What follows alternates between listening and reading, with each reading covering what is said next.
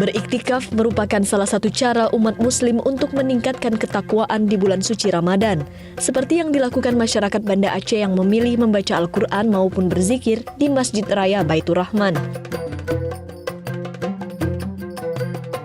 Kegiatan iktikaf pada 10 hari terakhir Ramadan juga merupakan anjuran dari Nabi Muhammad SAW. Hingga kini, iktikaf masih menjadi bagian tersendiri di bulan Ramadan yang selalu ramai dilakukan jemaah di Banda Aceh. Masyarakat yang beriktikaf setelah melaksanakan sholat tarawih dan witir kemudian dilanjutkan dengan tadarus hingga sholat malam di masjid.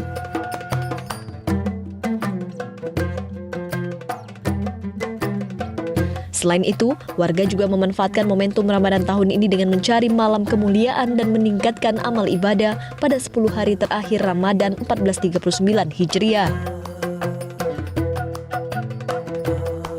Masyarakat Banda Aceh sangat antusias membaca Al-Quran maupun berzikir dan sebagian memilih berdiam diri di dalam masjid atau iktikaf.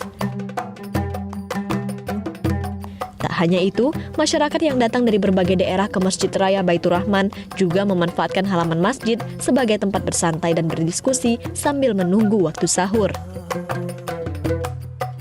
Dari Banda Aceh, Rudi Hermawan, Metro TV.